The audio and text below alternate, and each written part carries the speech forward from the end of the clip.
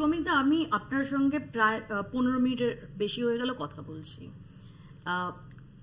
কিছুটা অবাক হওয়ার মতো, আবার আমরা যারা আপনার রাজনীতিকে ফলো করেছি তারা ততটা অবাক হচ্ছিও না। আপনি রাজনৈতিক মেরুকরণের প্রসঙ্গ তুললেন, কিন্তু এই এতটা সময় ধর্মীয় মেরুকরণের প্রসঙ্গটা এলো না। অথচ এই রাজ্যে রাজনীতিতে গত এক দশকে যদি ধরি, তাহলে মূল আলোচ্য বিষয় হচ্ছে হিন্দু মুসলিম। তো আপনি কি মনে করছেন যে হিন্দু মুসলিমের পথে একনিষ্ঠভাবে বিজেপির হাঁটাটা, সেটা বিজেপিকে ফল দিচ্ছে না বা পুরোপুরি ফল দেবে না, এবং যে কারণেই আপনি পথটা আলাদা করতে চেয়েছেন, আপনি কর্মসংস্থানের কথা বলতে চাইছেন, আপনি খারাপ গভর্নেন্সের কথা বলতে চাইছেন, আপনি আরো বিভিন্ন ইস্যুর কথা বলতে চাইছেন? তৃণমূল কি, তৃণমূল কেন, এটা পশ্চিমবঙ্গের মানুষকে নতুন করে বোঝাবার প্রয়োজন নেই। তৃণমূল আর দুর্নীতি সমার্থক শব্দ, তৃণমূল আর বিধ্বংসী আধিপত্যবাদ সমার্থক শব্দ, এগুলো নতুন করে মানুষকে বোঝাবার প্রয়োজন নেই। বিজেপি সারা দেশ জুড়েই কোনোদিন হিন্দু মুসলিমের রাজনীতি করেনি।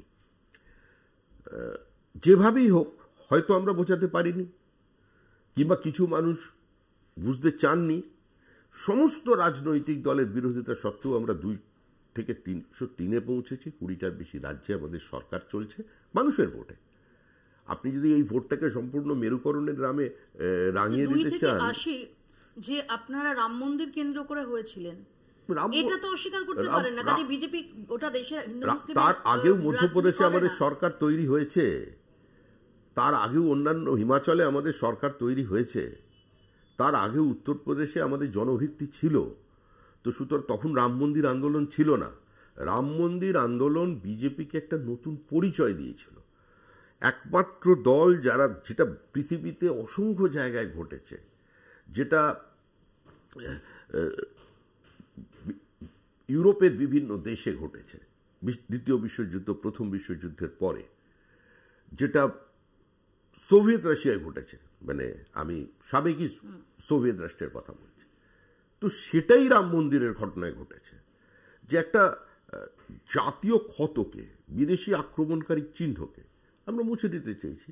একজন মানুষ ভারতবর্ষে এলেন একজন আক্রমণকারী হিসেবে, এসে তিনি বললেন অবিশ্বাসীদের ধর্মীয় মেরুকরণ তৈরি হলো, আমাদের দেশে এটা ছিল না। অবিশ্বাসীদের মাথাগুলো কেটে চেঙ্গিজ খানের মতো আমি একটা বড় পাহাড়ের মতো তৈরি করলাম, এবং তারপরে সে রুল করার পরে বলে গেল আমার কবর যেন এ দেশের মাটিতে না হয়, আমার জন্মভূমি সামারকান্দে আমাকে সমাহিত করা হয়। আজকে সেখানে একটা মানুষও ফুল দিতে যায় না। তো সেই ক্ষতচিহ্নটাকে আমরা মিটিয়েছি। আজকে যদি তোমার কলকাতা টিভির অফিসটা আমার দল নির্বাচনের পরে গিয়ে দখল করে আর সবাইকে বার করে দিয়ে ওখানে একটা বিজেপির পতাকা লাগিয়ে দেয়, তুমি যখন শক্তিশালী হবে বা তোমরা ঐক্যবদ্ধ হয়ে, তো একদিন সে আমার পতাকাটা ওখান থেকে খুলবে, আমাদের লোকগুলোকে ওখান থেকে বার করে দেবে, দিয়ে আবার কলকাতা টিভির বোর্ড ওখানে থাকবে। তো এটাই ছিল সেই রাজনীতি।